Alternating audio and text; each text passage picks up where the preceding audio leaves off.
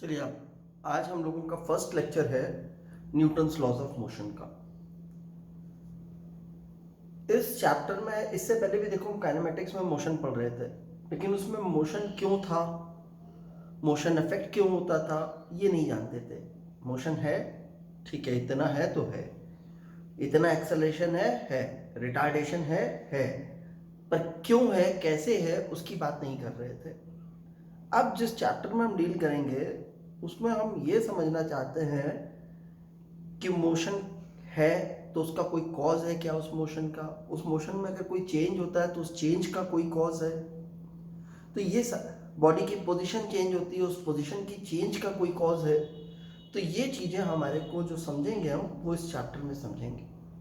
Basically इस chapter में हम फोर्सेस के साथ डील कर रहे होंगे, तो उसके लिए हमारे लिए बहुत ज़रूरी है ये जानना कि हम फोर्सेस को समझें कि फोर्स क्या चीज़ है। तो सबसे पहले तो समझ लीजिए, फोर्स एक ऐसा कॉज है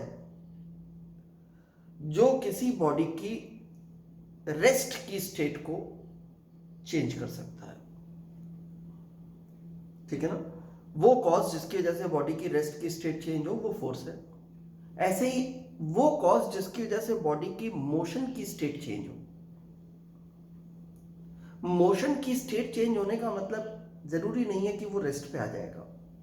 मोशन में चेंज होने का मतलब हो सकता है कि वो उसकी जितनी वेलोसिटी थी वो वेलोसिटी ना रहे, उससे डिफरेंट हो जाए। अब डिफरेंट होने में क्या क्या है, हो सकता है मैग्नीट्यूड ज़्यादा हो जाए वेलोसिटी का, हो सकता है मैग्नीट्यूड कम हो जाए वेलोसिटी का, हो सकता है मैग्नीट्यूड पे कोई इफेक्ट ना आए, सिर्फ डायरेक्शन ही बदल जाए, ठीक है ना।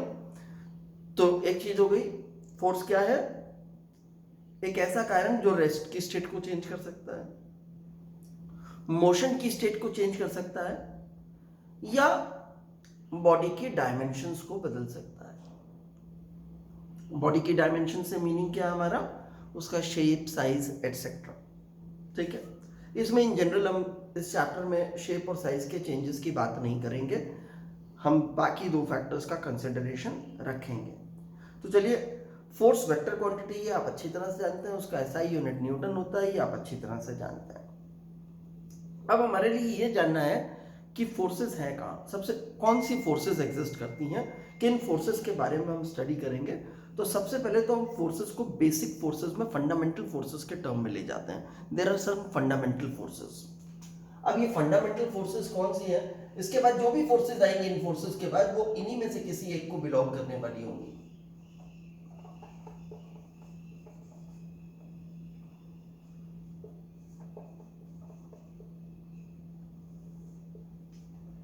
फंडामेंटल फोर्सेस में सबसे पहली फोर्स जो है हमारे पास वो है फोर्स ऑफ ग्रेविटी।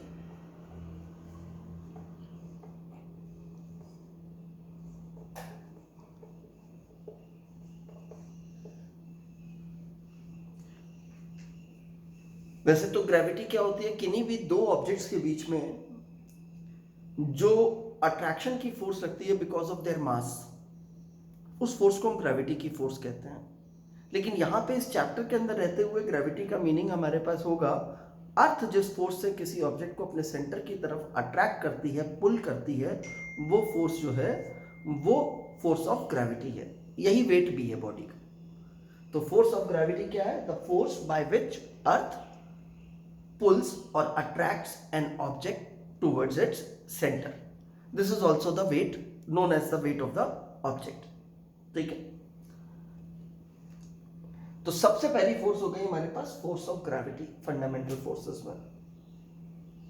अभी हम इसको अलग से फिर डिटेल से पढ़ेंगे, फंडामेंटल फोर्सेस से अलग करके थोड़ा फंडामेंटल फोर्सेस को समझ लें। दूसरी कैटेगरी जो है फोर्स की, उसे हम कहते हैं इलेक्ट्रोमैग्नेटिक फोर्सेस। इलेक्ट्रोमैग्नेटिक फोर्स,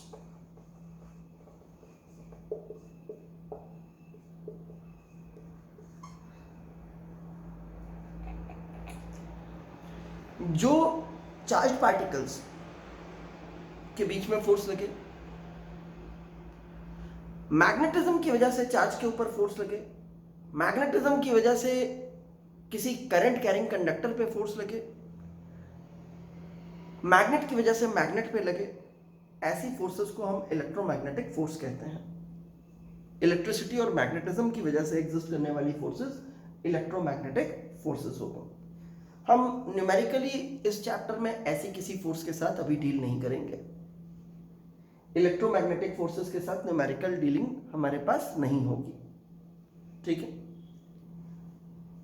तीसरी तरह की फोर्स जो है वो न्यूक्लियर फोर्स है।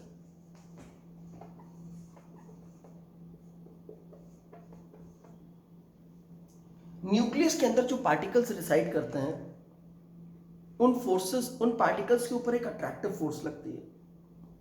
उस अट्रैक्टिव फोर्स का नाम है न्यूक्लियर फोर्स। अब इन तीनों फोर्सेस को एक बार बेसिकली हम फिर से समझ लें। इसको भी हम इस चैप्टर में न्यूमेरिकली डील नहीं करेंगे, लेकिन जो भी फोर्सेस हम डील करेंगे वो इन्हीं में से किसी एक कैटेगरी को बिलोंग करने वाली होगी। दो हमें पता नहीं चल रहा होगा, लेकिन हम इन मतलब इलेक्ट्रिसिटी मैग्नेटिज्म की कोई कंसेप्ट नहीं लगा रहे होंगे, लेकिन हमें पता होगा कि ये फोर्स जो है वो इलेक्ट्रोमैग्नेटिक फोर्स है। बस यही मालूम होना चाहिए हमारे को, इससे ज़्यादा कुछ नहीं। इन फोर्सेस के बारे में बात करते हैं तो ग्रेविटी की फोर्स जो है वो वीक फोर्स है, स्ट्रॉन्ग फोर्स नहीं है। देखो इतनी बड़ी अर्थ, इस अर्थ के ऊपर आप छोटे छोटे बिट्स ऑफ पेपर, छोटे छोटे कागज के टुकड़े रख दो, एक ऐसा प्लास्टिक का स्केल ले लो, उसको ड्राई हेयर पे रब करो और इन बिट्स ऑफ पेपर के थोड़ा सा ऊपर ले आओ, तो आप देखोगे ये अर्थ को छोड़ करके इस स्केल की तरफ अट्रैक्ट हो जाते हैं। इतनी बड़ी अर्थ भी नहीं रोक पाई इन छोटे से पेपर्स को ऊपर जाने में। स्केल, एक छोटे से स्केल ने छीन लिया अर्थ से इसको, अर्थ के फोर्स के अगेंस्ट अर्थ नहीं चाहती थी कि ये जाए, उस फोर्स के अगेंस्ट ले गया ऊपर। कारण क्या, जो स्केल वाली फोर्स है, जो स्केल ने फोर्स लगाई है इन बिट्स ऑफ पेपर पे, वो बहुत स्ट्रांग है। जो स्केल ने लगाई है वो इलेक्ट्रोमैग्नेटिक फोर्स है, और जो अर्थ लगा रही थी वो ग्रेविटी की फोर्स है। तो ये हम ध्यान रखेंगे कि ग्रेविटी की फोर्स काफी वीक फोर्स है। दूसरी चीज आ जाती है ग्रेविटी के फोर्स के बारे में, बहुत लॉन्ग रेंज की फोर्स है, मतलब बहुत दूर तक काम करती है। ये कहा जाता है जब फुल मून होता है जिस नाइट पे, उस समय ओशंस में हाई टाइड्स होती हैं, and that is because of the moon, क्योंकि उस समय मून अर्थ के काफी पास होता है कंपैरेटिवली अदर डेज के। तो रिजल्ट क्या होता है, मून की ग्रेविटी की फोर्स वाटर को बहुत ऊपर तक लिफ्ट कराती है। मून कितनी दूर है अर्थ से, सोचो, उसकी ग्रेविटी का इफेक्ट हम अर्थ में महसूस कर रहे हैं। मून से भी दूर सन है, सन की ग्रेविटी के इफेक्ट्स हैं अर्थ पे। तो इसका मतलब है ग्रेविटी की फोर्स जो है वो बहुत वीक तो है, पर उसी के साथ साथ बहुत दूर तक काम करती है, लॉन्ग रेंज फोर्स है। दूसरी आती है इलेक्ट्रोमैग्नेटिक फोर्स। अब हमें समझ में आएगा ग्रेविटी की फोर्स के मुकाबले में तो ये काफी स्ट्रॉन्ग फोर्स है। एक छोटे से स्केल को भी जब इसकी ताकत दी गई तो वो अर्थ से जीत गया, पूरी अर्थ, इतनी बड़ी अर्थ से जीत गया। तो क्या है, ये फोर्स बहुत स्ट्रॉन्ग फोर्स होती है। Electromagnetic force is a strong force in comparison to force of gravity. और इंटरेस्टिंगली ये भी एक लॉन्ग फोर्स है, उतनी बड़ी रेंज की नहीं है जितनी बड़ी रेंज की ग्रेविटी है, लेकिन still it is a long range force. काफी दूर तक इसके इफेक्ट्स हमारे को महसूस होते हैं, ठीक है ना। तो ग्रेविटी की फोर्स तो बहुत ही लॉन्ग रेंज की है, ये उतनी लॉन्ग रेंज की नहीं है। फिर भी हम ये नहीं कह सकते कि इसकी रेंज बहुत ही छोटी होती है, ना के बराबर होती है, ऐसा नहीं है। ग्रेविटी की फोर्स वीक है और इलेक्ट्रोमैग्नेटिक फोर्स कंपैरेटिवली काफी स्ट्रॉन्ग फोर्स है। और न्यूक्लियर फोर्स जो है ये इन तीनों फोर्सेस में सबसे स्ट्रॉन्गेस्ट फोर्स है। This is the strongest of all the three forces, और इसकी रेंज भी बहुत छोटी है। जो एक न्यूक्लियस का डायमीटर है वही इसकी रेंज है, जिसका ऑर्डर हम मान सकते हैं 10 की पावर -15 मीटर। 10 की पावर -15 मीटर को फेम्टोमीटर भी कहा जाता है, फर्मी भी कहा जाता है। तो फेम्टोमीटर का ऑर्डर या फर्मी का ऑर्डर या 10 की पावर -15 मीटर का इसका ऑर्डर होता है। मतलब बहुत बड़ी रेंज नहीं है, इनफैक्ट बहुत छोटी रेंज की फोर्स है। न्यूक्लियर फोर्सेस न्यूक्लियस के अंदर प्रेजेंट पार्टिकल्स में तो लगती हैं, लेकिन न्यूक्लियर फोर्स न्यूक्लियस के बाहर एटम के अंदर ही जो दूसरे पार्टिकल प्रेजेंट है, इससे इलेक्ट्रॉन उनके ऊपर नहीं एक्ट करती है। न्यूक्लियस की फोर्स जो इलेक्ट्रॉन पे एक्ट करती है वो इलेक्ट्रिकल फोर्स है। Nucleus positively charge, electron negatively charge, तो उसके बीच में एक इलेक्ट्रिकल फोर्स एक्ट करती है विच बिलोंग्स टू इलेक्ट्रोमैग्नेटिक। लेकिन न्यूक्लियस के अंदर दो प्रोटॉन्स के बीच में भी एक अट्रैक्टिव फोर्स एक्ट कर रही है, तो न्यूट्रॉन्स के बीच में भी एक्ट कर रही है, न्यूट्रॉन और प्रोटॉन के बीच में एक्ट कर रही है। वो फोर्स जो है वो न्यूक्लियर फोर्स है, that is very strong force. Proton positively charge है, वो दूर जाना चाहते हैं, एक दूसरे को रिपेल कर रहे हैं, लेकिन इस फोर्स ने उनको बांध रखा है, वो जाने नहीं दे रही है।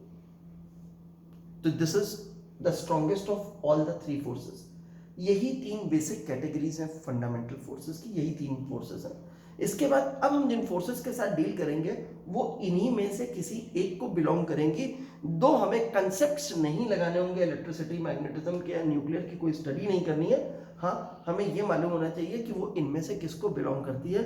इन तीन फोर्सेस को छोड़ने के बाद आप कोई भी फोर्स लोगे that will be belonging to this one of these forces, ठीक है ना, इन्हीं में से किसी एक को बिलोंग करेगी। अब चलिए अब हम उन फोर्सेस के बारे में जानेंगे जिन फोर्सेस के साथ हमें इस चैप्टर में डील करना है, वर्क करना है, जो हमारे न्यूमेरिकल्स में आएंगे। और ये भी समझ लेंगे कि वो ग्रेविटी की फोर्स को बिलोंग करते हैं कि इलेक्ट्रोमैग्नेटिक फोर्स को बिलोंग करते हैं कि न्यूक्लियर फोर्स को बिलोंग करते हैं। न्यूक्लियर का वैसे कोई केस नहीं है हमारे पास।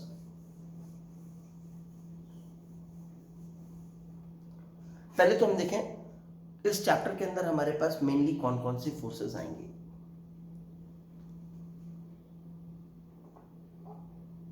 एक फोर्स आएगी फोर्स ऑफ ग्रेविटी।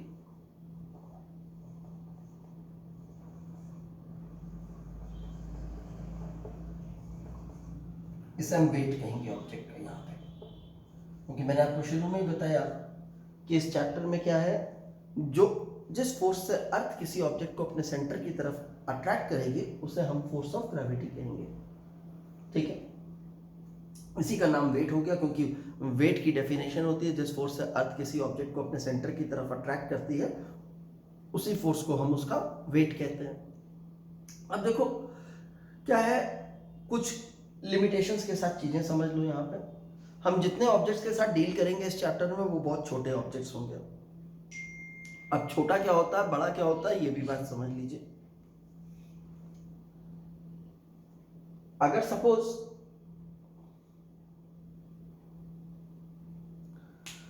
मैं एग्जाम्पल के लिए कुछ लेता हूं, मैंने कहा ये कैप और ये बाकी मार्कर, इन दोनों में से किस कौन बड़ा है, तो बड़ा इंस्टेंट जवाब आया कि सर ये बड़ा है। बड़ा कौन, तो मार्कर बड़ा है। छोटा कौन, ये कैप छोटा है। अभी आपने इसे बड़ा कहा है, अच्छा इस स्केल और इस मार्कर में बड़ा कौन, तो आपका स्केल बड़ा, मार्कर छोटा। पहले हम इसी मार्कर को बड़ा बता रहे थे, अब इसी मार्कर को छोटा बता रहे हैं। तो ये कंपैरेटिव टर्म्स हैं यहाँ पे हमारे पास, ठीक है ना। तो हम जैसे ही कहते हैं कि ऑब्जेक्ट छोटा है तो हम ये कहना चाहते हैं कि जो हमारी अर्थ का साइज है उसके कंपैरिजन में उसका साइज बहुत छोटा है। जैसे हम हुए, आप हुए, ऑब्जेक्ट के रूप में अपने को ट्रीट करें तो हमारा साइज क्या है अर्थ के कंपैरिजन में, नेग्लिजिबल। एक ट्रेन हुई, उसका भी साइज क्या है, ना के बराबर है अर्थ के कंपैरिजन में। एक ट्रक हुआ, उसका साइज भी नेग्लिजिबल है। जो बॉडी के साथ हम डील कर रहे हैं वो अर्थ के कंपैरिजन में बहुत छोटे साइज की है। दूसरी चीज, वो अर्थ के बहुत पास में है, they are very close to earth. अब वेरी क्लोज टू अर्थ का मतलब क्या है, या तो हम अर्थ की सरफेस पे वो ऑब्जेक्ट अज्यूम कर रहे हैं या अर्थ के सरफेस के बहुत पास अज्यूम कर रहे हैं। जैसे अब ये मार्कर क्या अर्थ पे प्रेजेंट है, तो नहीं, अर्थ से तो कुछ ऊपर है, ग्राउंड से ऊपर है, ये अर्थ इसके नीचे है, लेकिन स्टिल ये अर्थ के बहुत पास प्रेजेंट है, काफी क्लोज। अर्थ की रेडियस है 6400 किलोमीटर अप्रोक्सीमेटली, ठीक है ना, 6400 किलोमीटर। आप सोचो सेंटर से 6400 किलोमीटर आ गए हम, और उसके बाद 10 मीटर, 20 मीटर, 50 मीटर, 100 मीटर, ऐसे कुछ ऊपर चले गए। तो 6400 के कंपैरिजन में ये 200, 400, 500 मीटर नेग्लिजिबल हो रहा है। तो अर्थ के सेंटर से तो इसका डिस्टेंस मोर और लेस वही रह गया, लगभग 6400 किलोमीटर। तो क्या है, हम ऐसे ले रहे हैं कि जैसे अर्थ के बहुत पास में है ऑब्जेक्ट। एक चीज, उसका साइज बहुत छोटा है, और जो ग्रेविटी की फोर्स होगी उसके लिए हमें चाहिए होता है acceleration due to gravity. Gravity की फोर्स हो गई mass into acceleration due to gravity. Mass into acceleration force होता था, तो ग्रेविटी की फोर्स कह रहे हैं तो सिंपल टर्म में समझें तो mass into acceleration due to gravity है। ये फोर्स हम जो देंगे उसका मैग्नीट्यूड होगा mass into acceleration due to gravity. जिस ऑब्जेक्ट पे आप फोर्स ले रहे हो उसका मास m हो गया, और acceleration due to gravity g, जिसकी वैल्यू अभी तक भी आप कांस्टेंट ही लेते रहे हो, either 9.8 metre per second square और 10 मीटर पर सेकंड स्क्वायर। उसी तरह से हम यहाँ ट्रीट करेंगे। दो जी वैसे कांस्टेंट नहीं होता। जब हम अर्थ के सरफेस से दूर जाने लगते हैं, चाहे हम हाइट में दूर जाने लगे या हम सेंटर की तरफ जाने लगे, अर्थ के सरफेस से दूर जाने लगते हैं तो जी चेंज करने लगता है, डिक्रीज करने लगता है। लेकिन इस चैप्टर में हमें वो इंक्रीमेंट डिक्रीमेंट कोई कंसिडर नहीं करना, हमें ये मानना है कि ये जी एक कांस्टेंट है जिसकी वैल्यू जो है आइदर हम लेंगे 9.8 मीटर पर सेकंड स्क्वायर और 10 मीटर पर सेकंड स्क्वायर, या कोई अलग वैल्यू अगर होगी तो वो हमें प्रोवाइड कर दी जाएगी। ठीक है, वैसे यही दो वैल्यूज हम कंसिडर करते हैं। दूसरी चीज, अगर हम अर्थ की बात करें तो अर्थ स्फीयर है, स्फेरिकल शेप में है, लगभग स्फेरिकल शेप, नियरली स्फेरिकल। लेकिन जब आप अर्थ को देखते हैं, अपने आसपास के छोटे रीजन को देखते हैं, तो वो आपको स्फीयर जैसा नहीं दिखाई देता, वो फ्लैट सरफेस दिखाई देता है, क्योंकि ऑब्जेक्ट बहुत छोटे हैं और वो अर्थ के बहुत पास में है।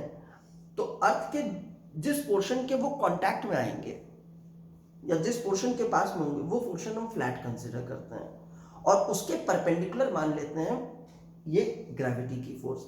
जैसे अब ये मान लो ये अर्थ है, बहुत बड़ा सा स्फीयर, ऐसे अगर इसका मैं एक छोटा सा पार्ट ले लूं, ये वाला पार्ट, तो ये पार्ट तो आपको मोर और लेस स्ट्रेट दिख रहा है। अब ये 2 डायमेंशन में बना हुआ है, एक्चुअली में तो सर्कल बना हुआ है, लेकिन अगर ये स्फीयर लिया होता तो यही एक छोटा सा फ्लैट सा प्लेन जैसा हिस्सा दिखाई देता मेरे को। इस स्केल का एक छोटा सा पोर्शन आप ऐसे कंसिडर कर लो, ऐसा कोई फ्लैट पोर्शन दिखाई देता। ठीक है, ऐसे ये पार्ट कंसिडर कर लो तो ये भी एक छोटा सा पोर्शन हो गया। तो हम क्या करेंगे, हमारा ऑब्जेक्ट बहुत छोटा है, जैसे मान लो ऑब्जेक्ट ये सेंटर हो गया अर्थ का, this is the centre of the earth C. अगर ऑब्जेक्ट जो है वो यहां पे प्रेजेंट है अर्थ पे सरफेस पे, इस जगह पे, अब ये छोटा सा ऑब्जेक्ट प्रेजेंट है, तो हमारे को तो सिर्फ बहुत छोटे पार्ट अर्थ की जरूरत है। हमने अगर इतना भी पार्ट लिया तो ये स्ट्रेट पार्ट, प्लेन जैसा पार्ट आया, उस पे क्या होगा, इस ऑब्जेक्ट पे अर्थ जो फोर्स लगाएगी अपने सेंटर की तरफ लगाएगी, ऐसे ये लगी फोर्स इसके ऊपर।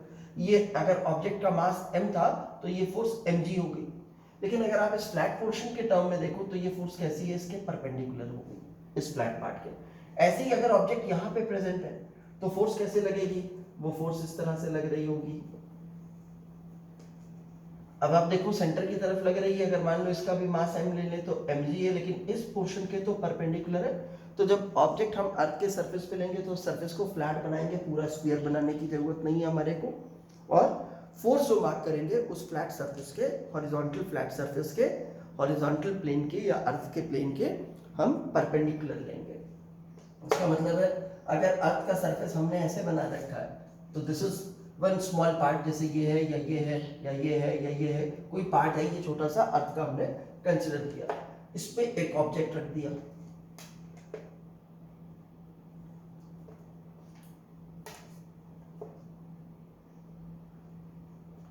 तो इस ऑब्जेक्ट पे एक फोर्स लगने लगी अर्थ के सेंटर की तरफ। जब उसको मार्क करना होगा तो हम उस फोर्स को इस तरह से मार्क कर देंगे, ये mg। इसमें इस चैप्टर में एक और चीज है कि कौन सी फोर्स किस पॉइंट पे बॉडी के एक्ट कर रही है, उसकी हमारे लिए कोई इंपॉर्टेंस नहीं है। जैसे अब ये बोर्ड है, फोर्स यहाँ पे लग रही है या यहाँ पे लग रही है, यहाँ पे लग रही है, यहाँ पे लग रही है, इससे मीनिंग नहीं, बोर्ड पे लग रही है ना, दैट्स ऑल। इन जनरल हम इसे बॉडी के सेंटर पे मार्क कर देते हैं मोस्ट ऑफ द टाइम, लेकिन वो भी अभी हमारे पास इस चैप्टर में कंपल्शन नहीं है। ठीक है ना, हमारे को बेसिकली किस पॉइंट पे लग रही है वो हमारे लिए यहाँ इस चैप्टर में उसकी जरूरत हमें नहीं पड़ेगी। जब तक हम turning effect, rotational effect force के नहीं लेंगे, मोमेंट्स नहीं लेंगे फोर्स के, टॉर्क नहीं लेंगे, तब तक हमें कोई जरूरत नहीं पड़ेगी कि वो बॉडी के किस पॉइंट पे लग रही है। हमारे लिए सिर्फ इंपॉर्टेंट होगा कि बॉडी पे लग रही है, कितने मैग्नीट्यूड की और किस डायरेक्शन की, दो ही। यानी कि किसी फोर्स के साथ डील करना है इस चैप्टर में तो हमें सिर्फ उसका मैग्नीट्यूड और उसकी डायरेक्शन सफिशिएंट होगी डीलिंग कराने के लिए। ठीक है, तो ग्रेविटी की फोर्स हम इस तरह से मार्क करेंगे। ये वो सरफेस था अर्थ का, आप देख रहे हैं उसके साथ 90 डिग्री बनाते हुए। तो ये पहली फोर्स हो गई, फोर्स ऑफ ग्रेविटी, जिसके बारे में हम एक बार समझ लें कि अब हमें इस चैप्टर के लिहाज से इसके बारे में क्या क्या जान लेना है। एक, ये फोर्स कैसी है, ये पुलिंग है, पुल है, इट इज अ पुल। ठीक है ना, फोर्स को हम दो कैटेगरीज में रखेंगे, पुल या पुश। तो ये पुल है, अर्थ अपनी तरफ पुल कर रही है ऑब्जेक्ट्स को। किस तरफ लगती है, always towards the centre of the earth. जब मार्क करते हैं तो perpendicular to the surface of earth mark करते हैं इसे। ठीक है। और इसकी वैल्यू दी जाती है जिस ऑब्जेक्ट पे ले रहे हैं उसका mass into acceleration due to gravity से। यही हमारे इंपॉर्टेंट पॉइंट्स हैं। अब हम ऑब्जेक्ट को किसी भी पोजीशन में रखते हैं, जैसे ये मार्कर है, इसके ऊपर ग्रेविटी की फोर्स मार्क की वो इस तरह से एक्ट कर रही है, आप ऐसे करोगे तो भी वो इसी तरह से एक्ट करेगी, इसको ऐसे कर दोगे तो भी वो इसी तरह से एक्ट करेगी। इसकी ओरिएंटेशन से ग्रेविटी की फोर्स को कोई फर्क नहीं पड़ेगा, ठीक है। तो एक फोर्स हो गई हमारे पास ये ग्रेविटी की फोर्स, जिसके साथ हम इस चैप्टर में डील करेंगे। जितनी इंपॉर्टेंट चीजें थी उसके रिगार्डिंग मैंने आपको बता दिया। देखो इसके नोट्स बनाने के लिए आप क्या करोगे, 3 बेसिक फोर्सेस आपने सबसे पहले क्या लिखा, फोर्स लिखा, फोर्स की डेफिनेशन लिखी, वो मैंने आपको बता दिया। वो कॉज जो क्या कर सकता है, रेस्ट को चेंज कर सकता है, रेस्ट की स्टेट को, मोशन की स्टेट को चेंज कर सकता है, और बॉडी की शेप, साइज, डायमेंशन को चेंज कर सकता है। अब इसमें इतना तो आप इंग्लिश में लिख लो, इसके बाद आपको जिस लैंग्वेज में कन्वीनियंट लगता है इंपॉर्टेंट पॉइंट उसमें लिखो। इंपॉर्टेंट पॉइंट क्या था, इंपॉर्टेंट पॉइंट आपका था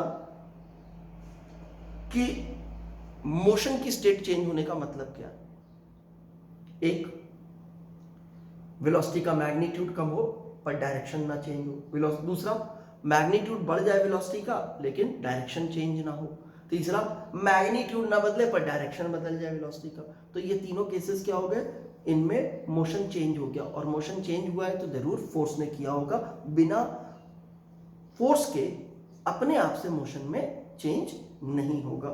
इनफैक्ट जब हम फोर्स बोलते हैं इस चैप्टर में तो उसका मतलब होता है एक्सटर्नल फोर्स। धीमे धीमे मैं उसके ऊपर भी आऊंगा, एक बार हम बेसिक फोर्सेस समझ लें, इस तरह से हम बनाना शुरू करेंगे नोट्स। तो हमने पहला टॉपिक ये लिख लिया, उसके बाद हमने लिखा फंडामेंटल फोर्सेस, 3 फंडामेंटल फोर्सेस के नाम लिख लिए, और उन फोर्सेस के लिए हमने ये बता दिया किसकी रेंज ज़्यादा थी, किसकी कम थी, कौन स्ट्रॉन्ग था, कौन वीक था।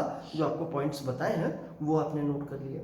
फिर आप आए some important types of forces, उसमें पहली फोर्स हमने लिखी फोर्स ऑफ ग्रेविटी, ठीक है। तो इसका इंपॉर्टेंट पॉइंट क्या है, ये पुलिंग इन नेचर है, towards the centre of the earth act करती है। इसे हम हमेशा इस चैप्टर में जब मार्क करेंगे तो perpendicular to the surface mark करेंगे।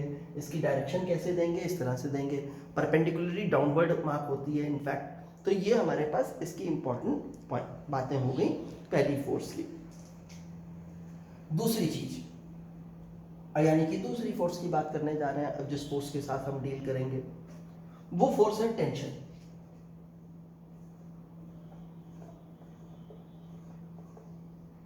अब टेंशन क्या है, एक ही ऑब्जेक्ट के नेबरिंग पार्ट्स, नियरेस्ट नेबर्स, एक दूसरे पे जो फोर्स लगाते हैं,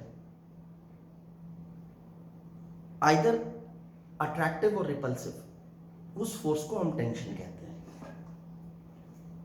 मान लीजिए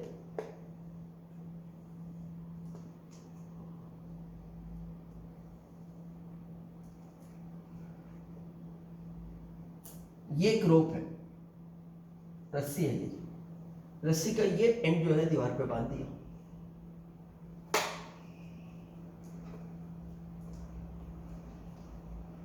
और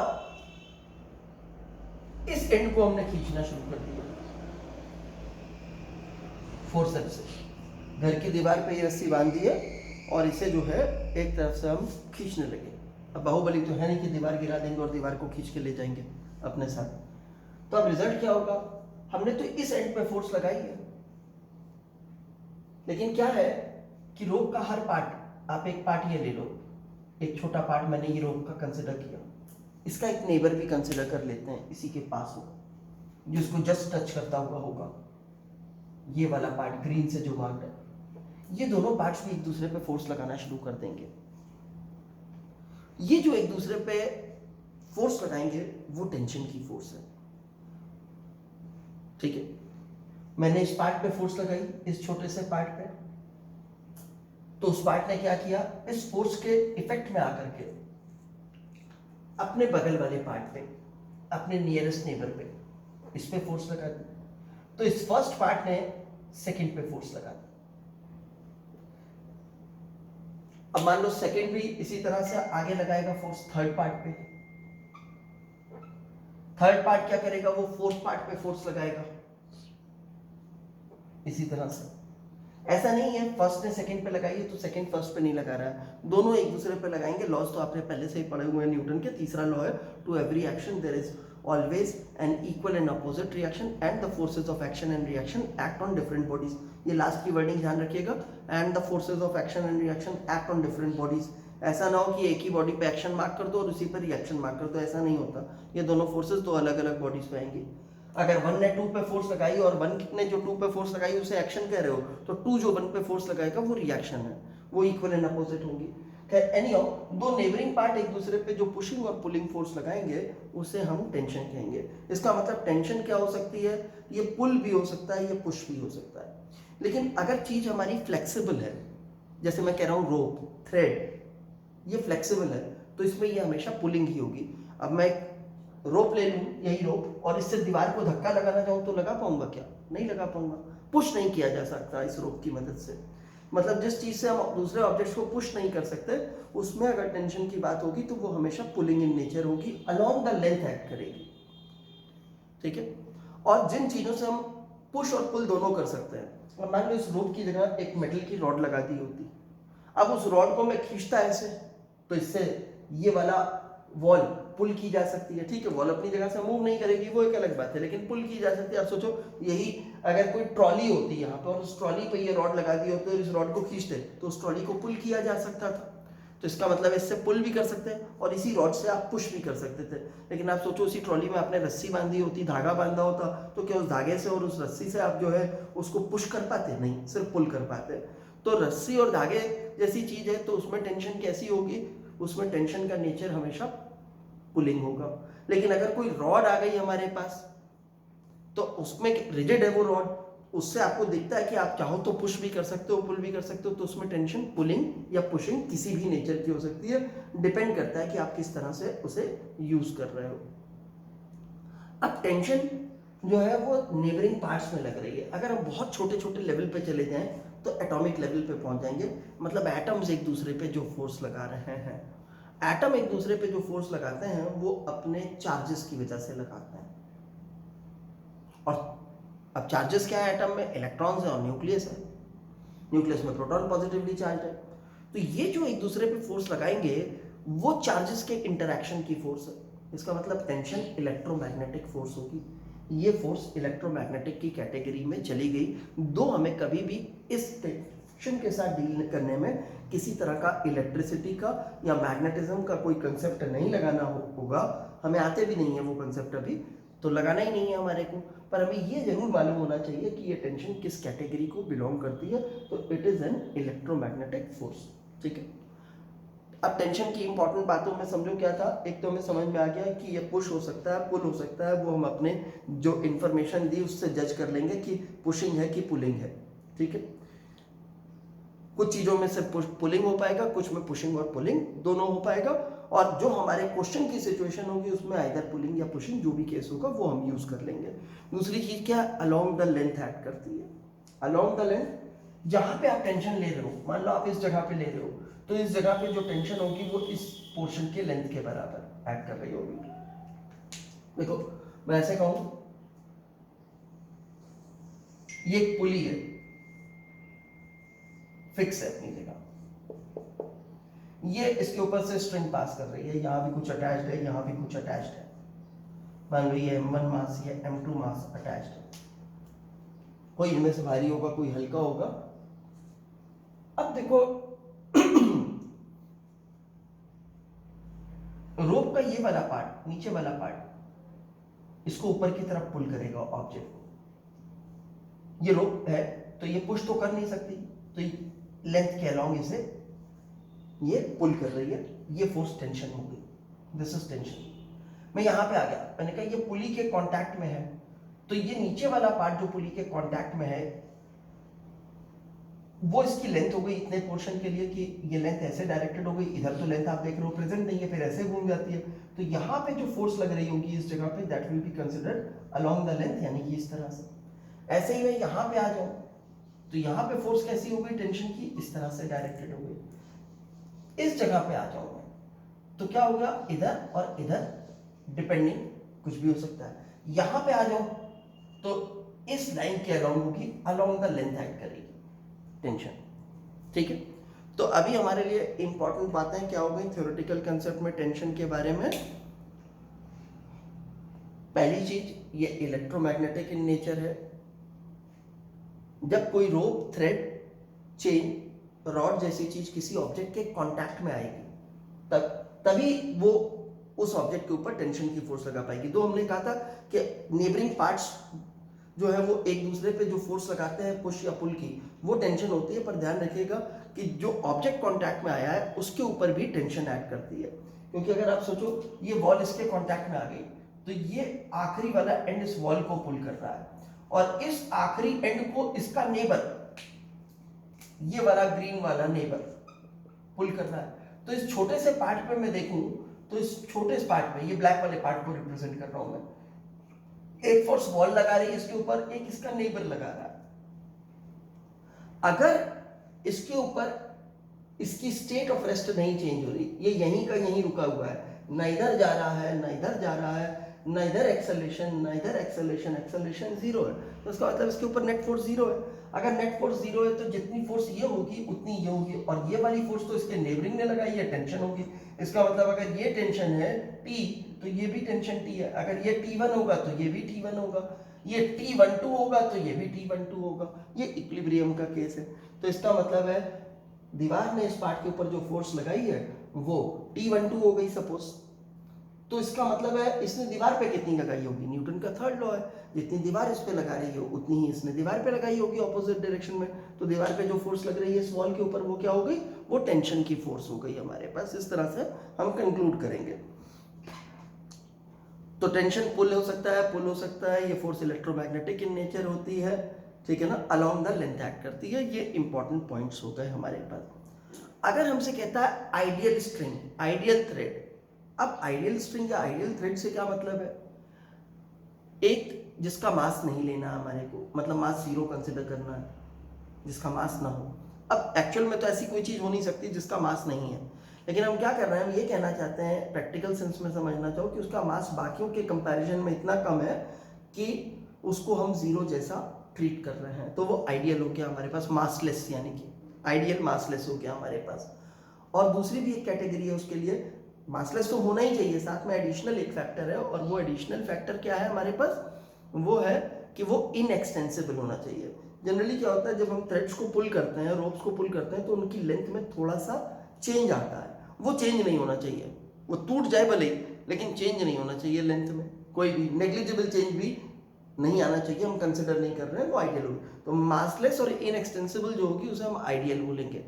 अगर स्ट्रिंग आइडियल हुई हमारे पास तो स्ट्रिंग के जितने सेगमेंट्स होंगे, जैसे इस स्ट्रिंग के सेगमेंट में कहूँ ये एक सेगमेंट है, ये दूसरा सेगमेंट है, जितने भी सेगमेंट्स होंगे उन सब में टेंशन से इक्वल मैग्नीट्यूड की होगी। डायरेक्शन तो हम जज करके लगेंगे कि हम किसके ऊपर लगा रहे हैं, उसके अकॉर्डिंगली वो स्ट्रिंग उस चीज को पुल कर रही है, और लेंथ के अलोंग लगनी है तो किधर लगानी है उसके अकॉर्डिंगली मार्क करेंगे। जैसे इस ऑब्जेक्ट के लिए कहें तो टेंशन इधर थी, इस ऑब्जेक्ट के लिए कहें तो टेंशन इधर थी। आइडियल स्ट्रिंग है तो अगर ये टी थी तो ये भी टी होगी। आइडियल स्ट्रिंग के हर सेगमेंट में टेंशन सेम होगी। आप ऐसे समझो, ये एक मूवेबल पुली,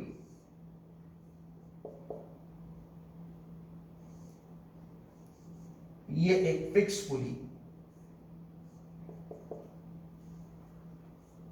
ये एक ऑब्जेक्ट। अब मैंने कहा ये स्ट्रिंग आइडियल है तो इसके ये सेगमेंट्स हैं, एक सेगमेंट ये वाला सेगमेंट है, दूसरा ये है, तीसरा ये है, ये तीन सेगमेंट में डिवाइडेड है। तो मैं कह रहा हूं अगर इस सेगमेंट में टेंशन T होती है तो इस सेगमेंट 2 में भी टेंशन T होगी, और इस सेगमेंट 3 में भी टेंशन T होगी।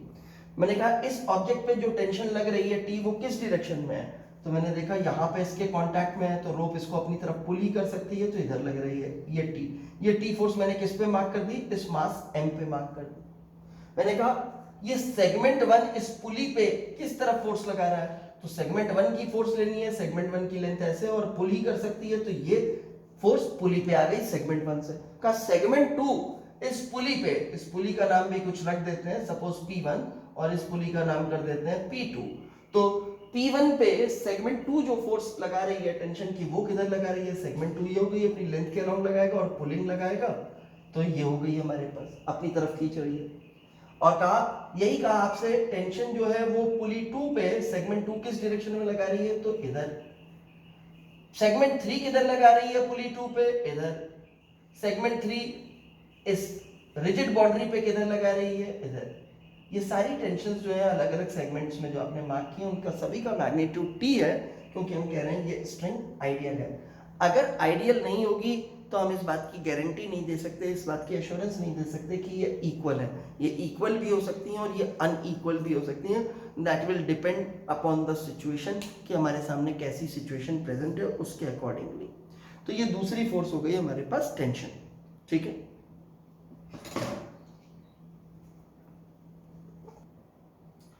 देखो, जो टेंशन की फोर्स है वो बिना कांटेक्ट के नहीं हो सकती। ये वॉल पे टेंशन तभी लगा पाएगा जब ये वॉल के कांटेक्ट में आएगा, लेकिन ग्रेविटी की फोर्स के साथ ऐसा नहीं है। ग्रेविटी की फोर्स जो है उसके लिए अर्थ के कांटेक्ट में आना जरूरी नहीं है। ये छत थी, यहां से एक स्ट्रिंग में एक ऑब्जेक्ट को लटका दिया मास m का, तो क्या होगा, इस ऑब्जेक्ट के ऊपर दो फोर्सेस अभी मैं मार्क करने के लिए केपेबल हूं, दो ही पड़ी हैं, दो ही मार्क कर सकता हूं मैं भी।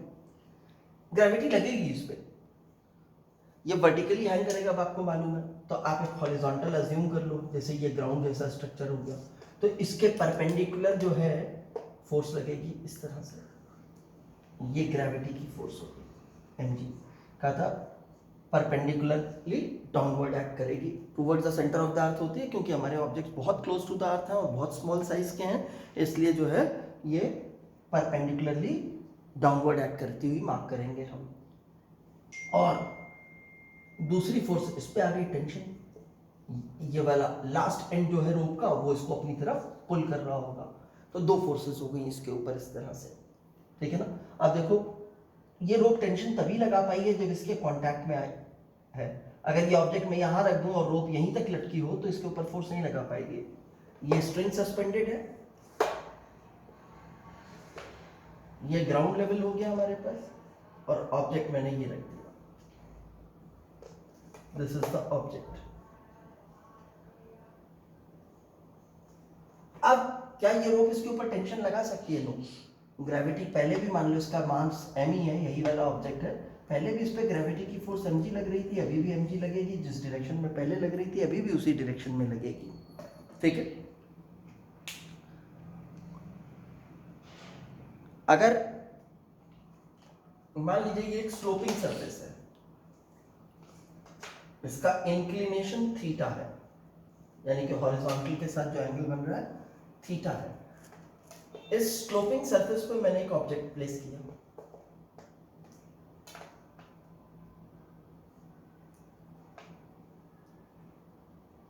और वो ऑब्जेक्ट नीचे स्लिप ना हो जाए इसके लिए मैंने क्या किया, उस ऑब्जेक्ट को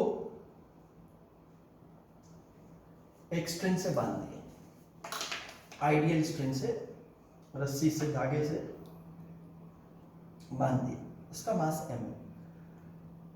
अभी हम इन्हीं दो फोर्सेस की बात कर रहे हैं। अगर मैं पूछूं mg किधर लग रहा है, तो mg को इससे मतलब नहीं कि ये इंक्लाइंड सरफेस पे प्रेजेंट है, कि ये हवा में है, कि ये हॉरिजॉन्टल सरफेस पे।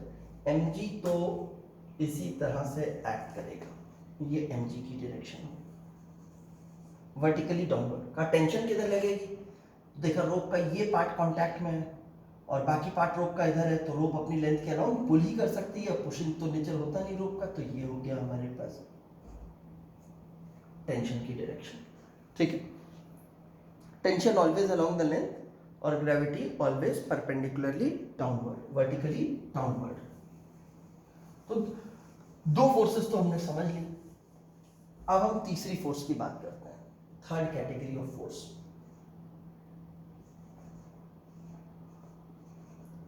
Normal reaction.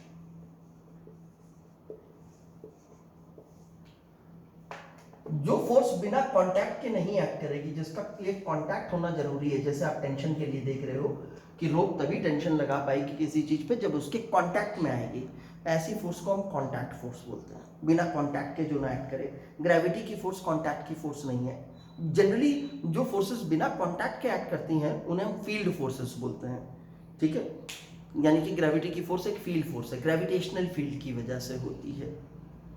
और जो कांटेक्ट में आया वो कांटेक्ट फोर्स जो है खत्म हो जाएगी अगर कांटेक्ट ब्रेक कर दोगे। नॉर्मल रिएक्शन भी एक कांटेक्ट फोर्स है। जब कोई ऑब्जेक्ट किसी सरफेस के कांटेक्ट में आता है तो वो सरफेस उसे पुश करता है अपने से अवे। वो जो पुश करता है वो दोनों का जो कॉमन कांटेक्ट सरफेस है उसके परपेंडिकुलर होता है, यानी कि perpendicular to the contact surface जो पुशिंग फोर्स लगेगी वो फोर्स कहलाएगी नॉर्मल रिएक्शन। जैसे मान लीजिए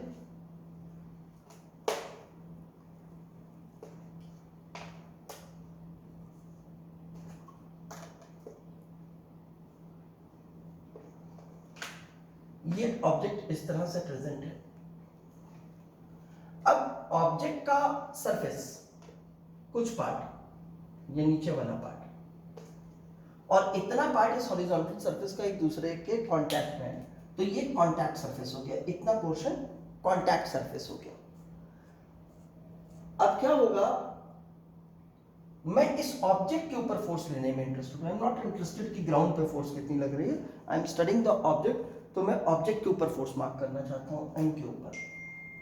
तो क्या इस पे जो नॉर्मल रिएक्शन लगेगा वो किधर लगेगा, तो ये वाला जो कांटेक्ट सरफेस है वो इसको पुश करेगा अपने परपेंडिकुलर, धक्का देगा। तो ये इसको इस तरह से धक्का देगा परपेंडिकुलरली अपवर्ड। ये जो फोर्स आई ये नॉर्मल रिएक्शन है। इसे हम जनरली कैपिटल एन या कैपिटल आर से डिनोट करते हैं। इसका डिनोशन कैपिटल एन या कैपिटल आर से कर देते हैं। एन से नॉर्मल होता है, नॉर्मल रिएक्शन। नॉर्मल इसलिए, नॉर्मल का मतलब है perpendicular to the contact surface. Reaction इसलिए कि न्यूटन के थर्ड लॉ के अकॉर्डिंगली एक्ट कर रही है, एक्शन एंड रिएक्शन। जब ये ऑब्जेक्ट इसके ऊपर आया तो इस ऑब्जेक्ट ने इसके ऊपर फोर्स लगाई। क्यों फोर्स लगाई इस ऑब्जेक्ट ने इसके ऊपर? ग्रेविटी ने, अर्थ ने इस ऑब्जेक्ट को अपनी तरफ पुल किया, तो ये अर्थ के सेंटर की तरफ मूव करना चाहता है, एक्सेलरेट करना चाहता है।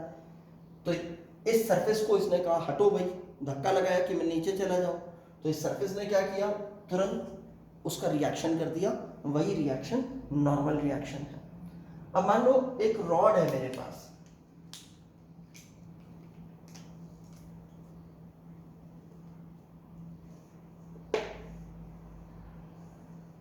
ये एक रॉड है, rigid rod.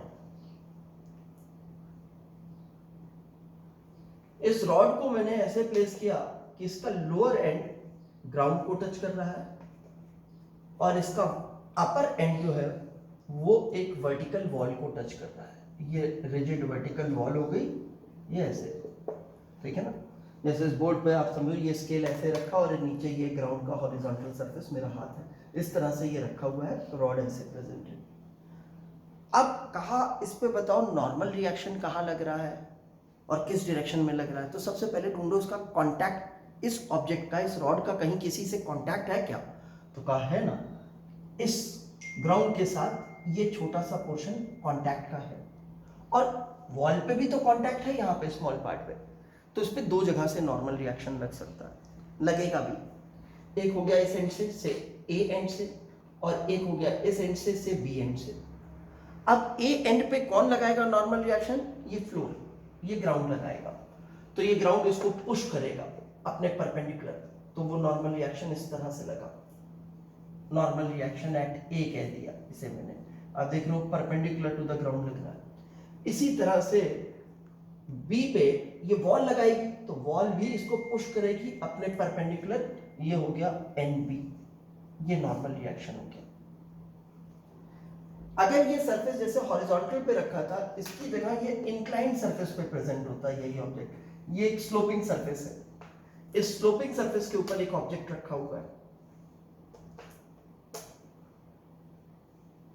This object may be moving और मे बी एट रेस्ट, इससे हमें फर्क नहीं पड़ता। हमें नॉर्मल रिएक्शन मार्क करना है तो इस बात से कोई मीनिंग नहीं। हो सकता है ये नीचे की तरफ स्लिप कर रहा हो सकता है इसमें मोटर लगी हुई है ऊपर की तरफ मूव कर रहा हो, इंजन लगा हो ऊपर की तरफ मूव कर रहा हो, स्लाइड कर रहा हो, किसी ने धक्का देके छोड़ा है, ऊपर जा रहा है, रिटार्ड कर रहा है, कहीं रुकेगा फिर नीचे स्लिप करेगा, उस सबसे कोई मीनिंग नहीं है।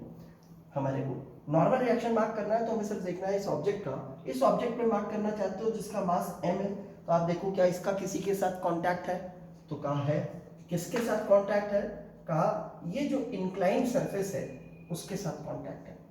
ऐसा सरफेस बना हुआ है, इसके ऊपर ये ऑब्जेक्ट प्रेजेंट है, तो इस इंक्लाइंड सरफेस के साथ कांटेक्ट में है। इस तरह से स्लोपिंग सरफेस, इसके ऊपर ये ऑब्जेक्ट, चाहे ऐसे स्लिप कर रहा हो, चाहे ऐसे मूव कर रहा हो, चाहे रुका हुआ हो उसके ऊपर है, तो इसी के ऊपर। तो क्या होगा, ये वाला सरफेस जो है इतने पोर्शन से इसके ऊपर फोर्स लगाएगा। कैसी लगाएगा, पुशिंग लगाएगा, पुश करती हुई फोर्स लगाएगा। और कैसे लगाएगा पुशिंग, वो अपने परपेंडिकुलर लगाएगा।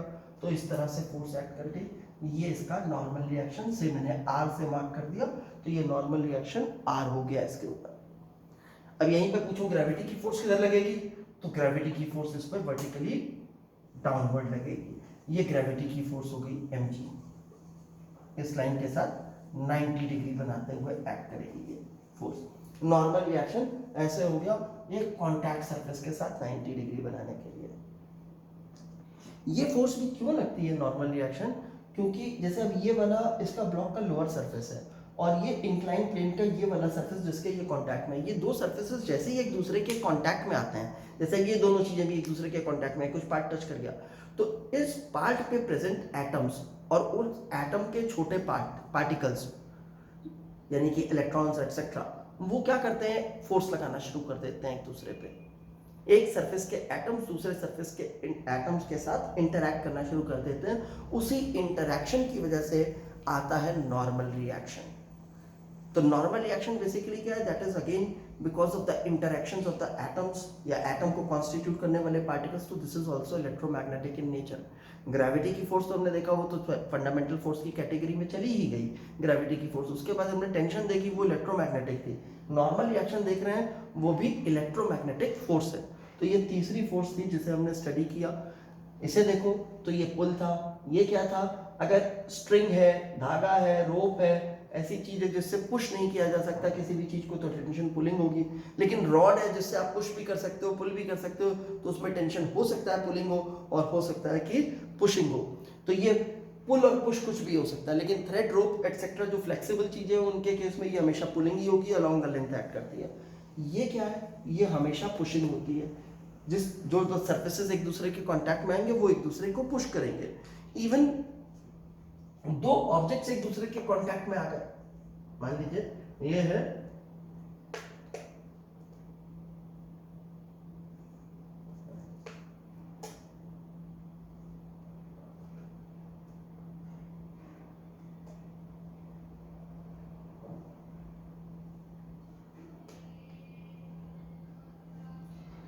ये दो ऑब्जेक्ट्स एक दूसरे के कांटेक्ट में हैं। मैंने इस तरह से फोर्स लगा दी F। मान लो इस ऑब्जेक्ट का मास m1 है और इस ऑब्जेक्ट का मास m2 है। तो क्या होगा, m1 m2 पे एक फोर्स लगाएगा नॉर्मल रिएक्शन, और उतना ही नॉर्मल रिएक्शन m2 भी m1 पे लगाएगा। ये सरफेस कांटेक्ट में है, पर ऑपोजिट डायरेक्शन में लगाएंगे। ये m1 और m2 के जो रिएक्शंस होंगे एक दूसरे पे, वो ऑपोजिट डायरेक्शन में होंगे। अब देखो, अगर m1 को मैं अलग कर लूं, अर्जुन की तरह हो जाए, जैसे अर्जुन को जब चिड़िया की आंख में मारना था तीर, तो उसे सिर्फ चिड़िया की आंख दिखाई देती थी, उसे बाकी चीजें दिखाई नहीं देती थी, तभी उसका निशाना लग गया। और जिनको जिनको दूसरी चीजें भी दिखी, पेड़ भी दिखा, आसमान भी दिखा, और चीजें भी दिखी, फल भी दिखे, उनका निशाना नहीं लगा, क्योंकि उनका कंसंट्रेशन कई चीजों पे चला गया। तो हम भी क्या करते हैं, जिस ऑब्जेक्ट को स्टडी कर लेते हैं ना, उसे बाकी सारे ऑब्जेक्ट से अलग कर लेते हैं, उसी को देखते हैं और उसी के ऊपर लगने वाली फोर्सेस मार्क कर लेते हैं, यानी कि सारी सराउंडिंग हटा देते हैं, पर सराउंडिंग के इफेक्ट्स उसके ऊपर जो थे, यानी कि फोर्सेस जो थी, वो मार्क करते हैं। ऐसे फिगर को हम बोलते हैं फ्री बॉडी डायग्राम। जैसे अगर मैं कहूं m1 का फ्री बॉडी डायग्राम, तो मैंने अकेला m1 बनाना है, सब कुछ भूल गया, सिर्फ m1 बना दिया, ओनली m1 को ही देखूंगा मैं, तो और कुछ देखना ही नहीं है।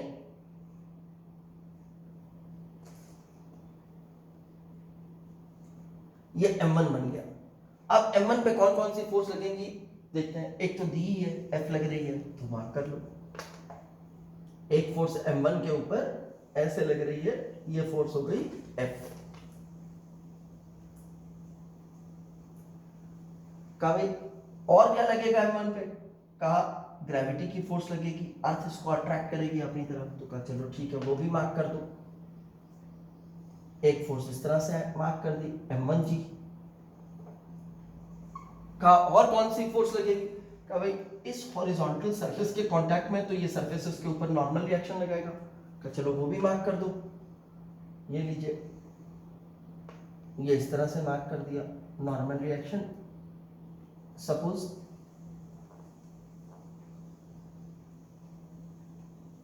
एन कह दिया इस नॉर्मल रिएक्शन का। क्या कोई और फोर्स है? तो कहा बिल्कुल है, क्योंकि M1 M2 को पुश कर रहा है तो M2 भी M1 को पुश करेगा। ये इनका कांटेक्ट सरफेस है, यहाँ पे भी नॉर्मल रिएक्शन लगेगा।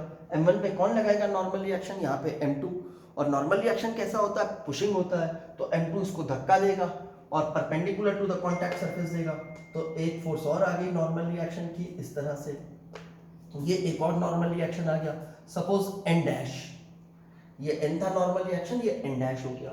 अब मैंने देखो अकेला M1 बनाया, ऑल अलोन M1 को ड्रॉ किया है मैंने, और बाकी कोई ऑब्जेक्ट नहीं बनाया, ना सरफेस बनाया, ना M2 बनाया उसके ऊपर। लेकिन क्या किया, जो भी उसकी सराउंडिंग थी वो उसके ऊपर जो फोर्सेस लगा रही थी, फोर्सेस को मार्क कर दिया। ये बॉडी, ये जो डायग्राम बनाया, ये फ्री बॉडी डायग्राम है। फ्री बॉडी डायग्राम का मतलब इसे बाकी ऑब्जेक्ट से फ्री कर लिया, उन ऑब्जेक्ट्स से फ्री करके देखा इसके ऊपर क्या फोर्सेस लग रही थी, वो ऑब्जेक्ट्स इस पे क्या फोर्सेस लगा रहे थे। तो ऑब्जेक्ट को तो हटा दिया, पर उनकी फोर्सेस का इफेक्ट इसके ऊपर कंसिडर कर लिया, क्या क्या लग रहा था। तो ये M1 के ऊपर फोर्स हो गई।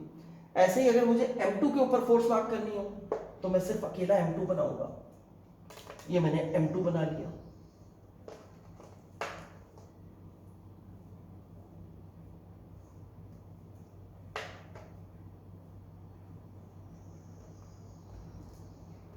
भाई बताओ M2 पे कौन कौन सी फोर्स लग रही है? ये फोर्स M1 पे लग रही है, M2 पे नहीं लग रही है। इस फोर्स के इफेक्ट में आकर के M1 M2 पे फोर्स लगा सकता है। तो ऐसा ना हो कि आप ये फोर्स M2 पे मार्क कर लो, ये क्लियरली दिख रही है आपने M1 पे लगाई है, ठीक है। तो this force is on M1 not M2। तो मैंने कहा M2 पे कौन सी लग रही है? तो कहा एक ग्रेविटी की फोर्स लग रही है, मार्क किया, ये लग गई ग्रेविटी की फोर्स। अभी M2G लिख दूंगा। कहा ये वाला सरफेस एक नॉर्मल रिएक्शन लगाएगा तो वो इस तरह से जाएगी फोर्स। तो एक फोर्स ऐसे आ गई नॉर्मल रिएक्शन, मान लो NG है इसका नाम, ठीक है। एक फोर्स इस तरह से आ गई M2G, या एक काम करता हूं इधर नाम बदल देता हूं, ये N1 थी, इसे N2 कह देता हूं। 2 पे जो नॉर्मल रिएक्शन ग्राउंड लगाया वो N2 हो गया। तो ये हो गई। कहा अच्छा और कोई फोर्स भी है M2 पे? कहा बिल्कुल है, ये M1 भी तो लगा रहा होगा एक फोर्स। तो M1 किधर लगाएगा? अब कांटेक्ट की वजह से लगा रहा है तो नॉर्मल रिएक्शन लगा रहा है M1 M2 पे, और नॉर्मल रिएक्शन पुशिंग होता है। तो M1 क्या करेगा? M2 को पुश करेगा, तो धक्का देने के लिए उधर देगा। इधर लगा दिया M1 ने फोर्स तो वो तो पुलिंग हो जाएगी, अपनी तरफ लगाएगा। अपने से दूर लगानी है फोर्स तो ये इस तरह से लगाएगा। अब ये फोर्स कितनी होगी? जितनी M2 ने M1 पे लगाई थी, जितनी M2 ने M1 पे लगाई थी न्यूटन के थर्ड लॉ के अकॉर्डिंगली, उतनी M1 भी M2 पे लगा रहा होगा ऑपोजिट डायरेक्शन में। तो जो फोर्स लगाई थी M2 ने M1 के ऊपर, उसे हम ऑलरेडी मार्क कर चुके हैं N डैश। तो इसके ऊपर भी ये वाला नॉर्मल रिएक्शन जो लग रहा है वो N डैश हो गया। ये M2 के ऊपर लगने वाली फोर्स, ठीक है। क्लियर है ये चीज? तो अब हमने 3 फोर्सेस को जान लिया है। कौन कौन सी? ग्रेविटी की, टेंशन की और नॉर्मल रिएक्शन। बेसिकली हमें 2 फोर्सेस और समझनी रह गई हैं, एक है फोर्स ऑफ फ्रिक्शन और एक है स्प्रिंग फोर्स। लेकिन अब हम और फोर्सेस नहीं समझेंगे शुरू में। अब हम क्या करेंगे, 3 फोर्सेस हमें आ गई हैं, तो इन 3 फोर्सेस को से रिलेटेड हम क्वेश्चंस लगाने की कोशिश करेंगे। अगला लेक्चर जो होगा हमारा, उस अगले लेक्चर में